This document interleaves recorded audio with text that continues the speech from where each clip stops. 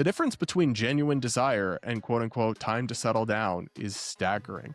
So we're supposed to believe that this random still captured from a 30-second live stream exchange is somehow like a window into her soul, and we could tell that she's secretly enamored with Clavicular and just wants him so bad.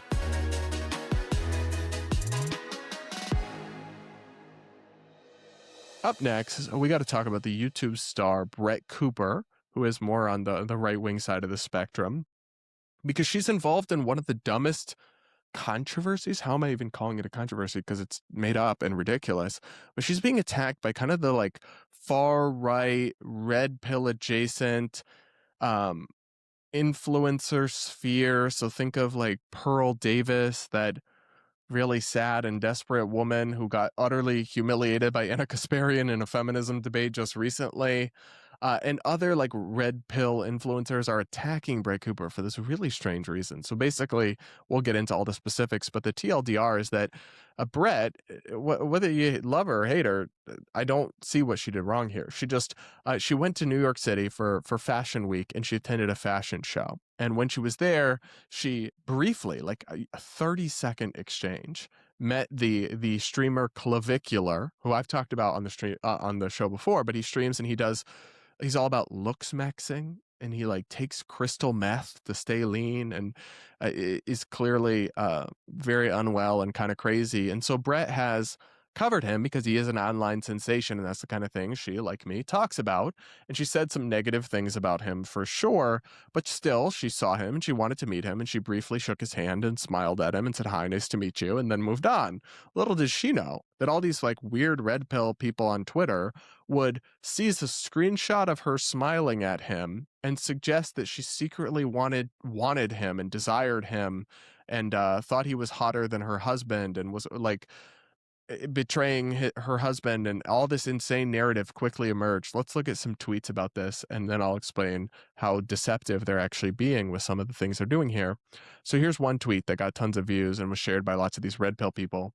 On the left, you have a still of Brett smiling, meeting Clavicular, and then on the right, you have a staged wedding photo where she's smiling with her and her husband. And the caption says, "The difference between genuine desire and quote unquote time to settle down is staggering." So we're supposed to believe that this random still captured from a 30-second live stream exchange is somehow like a window into her soul, and we could tell that she's secretly enamored with Clavicular and just wants him so bad.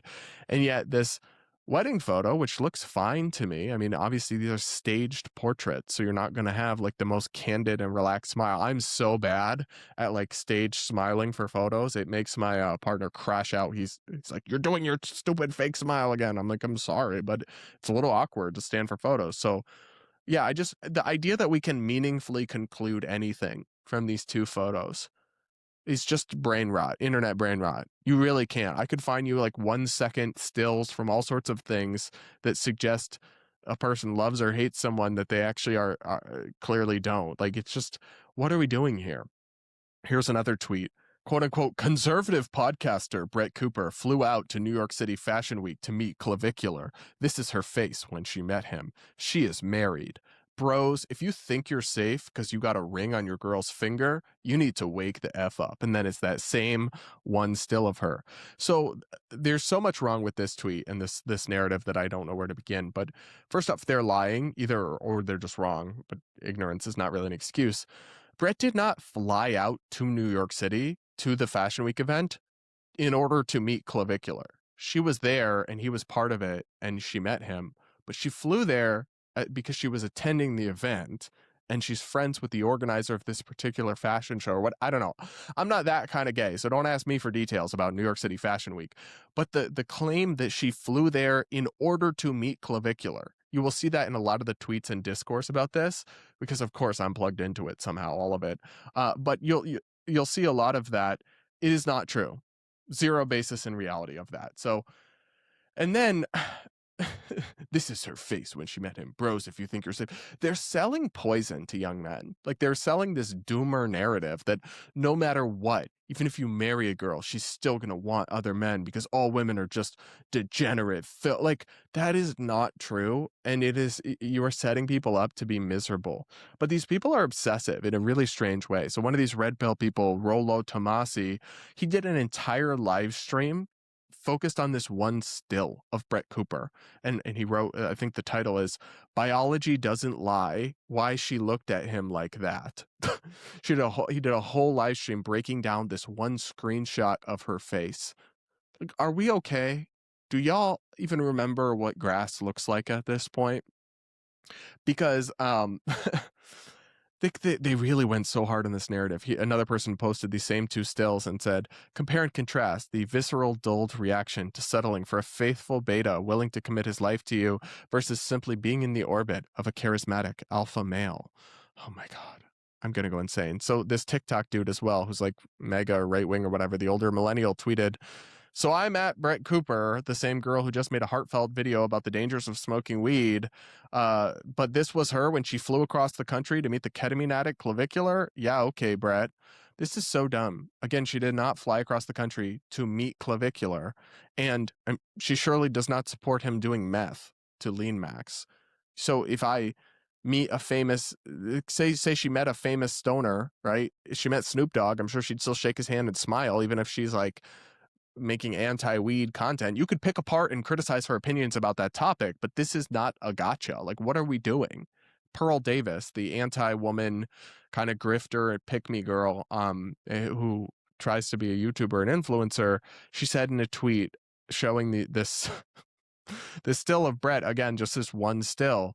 And when you see the full video, you'll understand why they have to just use one single still totally out of context. Pearl Davis used it to conclude that one still, quote, "There's no such thing as a good woman. Women are women." So the layers of leaps of mental gymnastics here are truly something to behold. You are fabricating an internal narrative inside Brett Cooper's head because of one facial expression in one still, and then you are saying that therefore that conclusively suggests all women, so half of the human race, are a certain way. Even if what they were saying about Brett was true, which it is not, it still wouldn't prove anything about billions of humans. What is this substitute for reasoning and logic that exists on this corner of the internet? It's astonishing. Really, really. Oh my goodness. So now I'm going to do something crazy. I'm going to show you the actual 30-second clip of Brett meeting this clavicular dude, and you will see why they're only using a still, because actually there's nothing particularly fangirly or fawning about it at all. Watch. Okay, yeah, okay. And Brett's gonna, if you want to say hi to Brett. Brett, what's up? How's it going? How are you? Amazing. Nice to meet you. Thanks for coming. Good job. You thought it was good? The show's very good. Brett. Okay. Hi. It's Hello. Liv. Okay, Oh so my God, Liv! Hi. I look different Oh my because God. of the makeup. You look I know, right? incredible. It's because Okay, of the all right, makeup. I'm sorry. He's contracted to take the photos. No, I'm Liv. Nice to meet Yeah, you. he's next. Wait. Yes. Okay, this. Yeah, I look different because of the makeup. You look good. See how when you watch the actual video of it, there's like nothing there? She steps up to shake his hand, smiles at him, then steps back like several feet. And when she greets the girl, Liv, or whatever, she smiles at her the same way. So unless Brett Cooper just revealed herself to be a closet bisexual queen, then this actually is not meaningful at all. But somehow, for all these deranged people on the internet who are just obsessed with nagging on women who frankly, I think they make them feel inadequate in some kind of way, I've just gone off after Brett, and she addressed the controversy on her show. Here's a clip of what she had to say. I think she's obviously correct. I don't know. I really don't understand how anybody could disagree with this.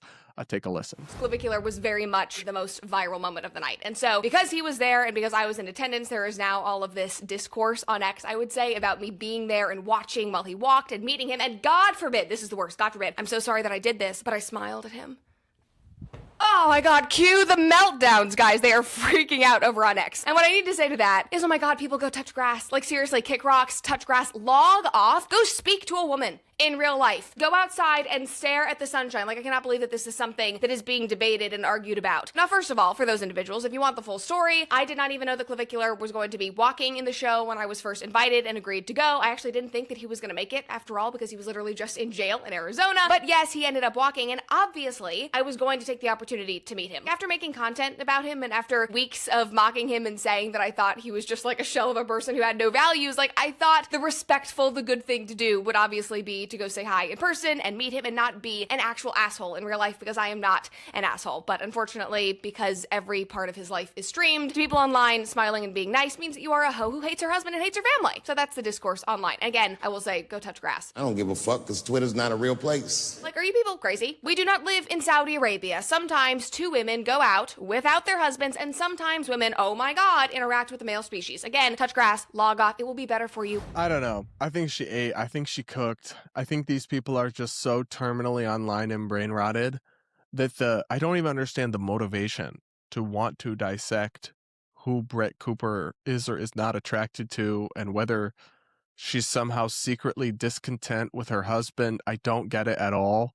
It's weird. It's obsessive. In the case of people like Pearl Davis, it's pretty obviously driven by jealousy and resentment. I mean, Pearl is not successful. Her views and her content does not perform well. She had a brief moment, but she totally fell off.